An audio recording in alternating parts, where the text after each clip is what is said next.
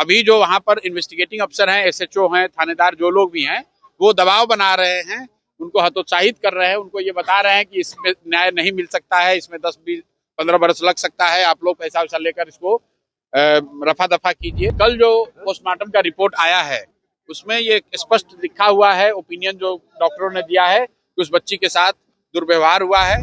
पीड़ित परिवार के जो लोग हैं उनको हम लोग ले जाकर SP, SSP या उनसे वरीय पदाधिकारियों से मिलाएंगे और उनसे अनुरोध करेंगे कि हर हालत में उस बच्ची के साथ इंसाफ होना चाहिए। आदाब, नमस्कार, आप देख रहे हैं मंथन टुडे। मैं हूं आपके साथ उज़मा। चुनाव के बाद पहली बार प्रशांत किशोर निकल पड़े हैं। जन सुराज के सूत्रधार प्रशांत किशोर जहानाबाद की उस छात्रा की परिजनों से मिलने उसके गांव पहुंचे जो पटना के एक गर्ल्स हॉस्टल में मेडिकल की तैयारी कर रही थी और जिसकी संदिग्ध परिस्थिति में मौत हो गई। छात्रा की मौत ने न सिर्फ परिजनों को बल्कि पूरे समुदाय को झकझोर दिया है। उनके परिजनों से मिलकर प्रशांत किशोर ने उनका दर्द बांटा। परिजनों का आरोप है कि लड़की के साथ दुर्व्यवहार भी हुआ है। पोस्टमार्टम रिपोर्ट के आने के बाद भी इस संभावना को पूरी तरह से नकारा नहीं जा सकता। परिजनों का दर्द और आक्रोश साफ झलक रहा है। उनका कहना है कि वर्तमान जांच अधिकारी उन पर दबाव डाल रहे हैं और मामले को दबाने की कोशिश कर रहे हैं। मीडिया से बातचीत करते हुए प्रशांत किशोर ने कहा कि यदि प्रारंभिक जांच में कोई चूक हुई तो उसे तुरंत सुधारना चाहिए। हम पीड़िता के परिवार के साथ खड़े हैं। कल हम वरिष्ठ पुलिस अधिकारियों से मिलकर निष्पक्ष और गहन जांच की मांग करेंगे। हर हालत में इस बच्ची को न्याय मिलना चाहिए। यदि न्याय नहीं मिला तो हम संविधान के दायरे में रह के हर आवश्यक और लोकतांत्रिक कदम उठाएंगे। आगे उन्होंने कहा कि यह केवल एक केस नहीं है, ये एक मासूम लड़की के जीवन का सवाल है। उसके परिवार का दर्द, उसकी उम्मीदें हमें हर कदम पर याद रखनी होगी। पहले प्रशांत किशोर क्या कुछ कह रहे हैं, आइए आपको सुनाते हैं। के घर पर इसलिए आए हैं कि उनके जो पेरेंट्स हैं, जो माँ हैं बच्ची की और उनके पिताजी हैं, भाई हैं, उनसे बात कर सकें, समझ सकें कि क्या मामला है।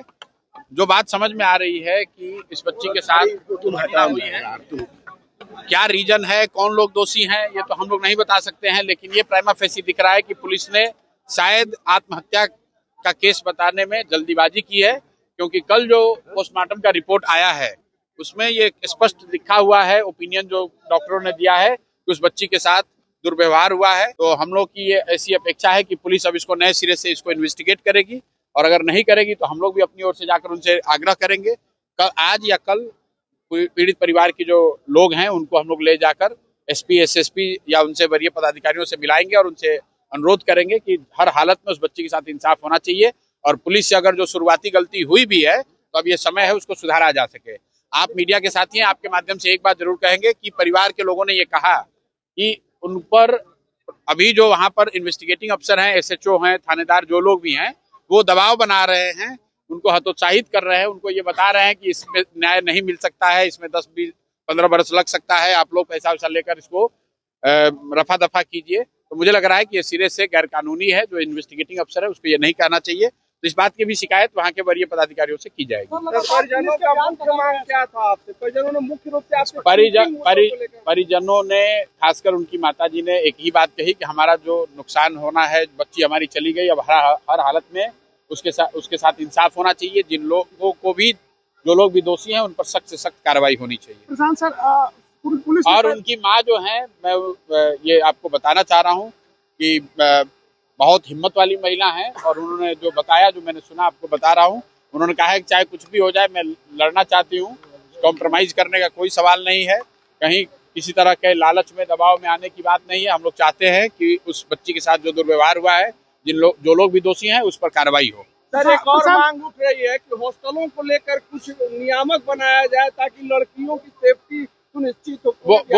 वो अलग मामला है। आज का मामला तो ये है कि इस बच्ची के साथ अगर गलती हुई है तो जिन लोगों ने भी गलती करा है उन पर सख्त से सख्त कार्रवाई हो। न सिर्फ उन पर कार्रवाई हो बल्कि जिन लोगों ने मिली भगत में जो लोग शामिल रहे हैं, चाहे वो अस्पताल के लोग हों, पुलिस प्रशासन के लोग हों, सब पर कार्रवाई की हम लोग मांग कर रहे हैं। अगर नहीं होगा तो जो कुछ भी हम लोग से बन पड़ेगा वो सब कुछ कल किया जाएगा। आखिरी सवाल सर, पुलिस पहले कह रही है आत्महत्या है, बाद में रिलीज जारी कर रही है, sexual violence can not be rule out. हाँ, मतलब कल अभी पोस्टमार्टम का रिपोर्ट कल रात में आया है, उसी आलोक में पुलिस को नए सिरे से इसको इन्वेस्टिगेट करना चाहिए। अगर वो नहीं करते हैं तो फिर हम लोग अपनी आवाज उठाएंगे। आपको बता दें कि जहानाबाद की इस मासूम लड़की की खोई हुई जिंदगी सिर्फ उसके परिवार के लिए नहीं बल्कि पूरे समाज के लिए एक चेतावनी है। उसका सपना अधूरा रह गया, उसकी हंसी अब सिर्फ यादों में ही बची है। परिजनों का दर्द, उनका आक्रोश हमें हर कदम पर याद दिलाता है कि न्याय की कोई देरी नहीं होनी चाहिए। आज हम सिर्फ एक केस नहीं बता रहे हैं, हम एक इंसान के अधिकार, उसकी सुरक्षा और उसकी न्याय की मांग की बात कर रहे हैं। और यह जिम्मेदारी हम सबकी है कि ऐसा कोई भी कहानी दोहराई ना जाए।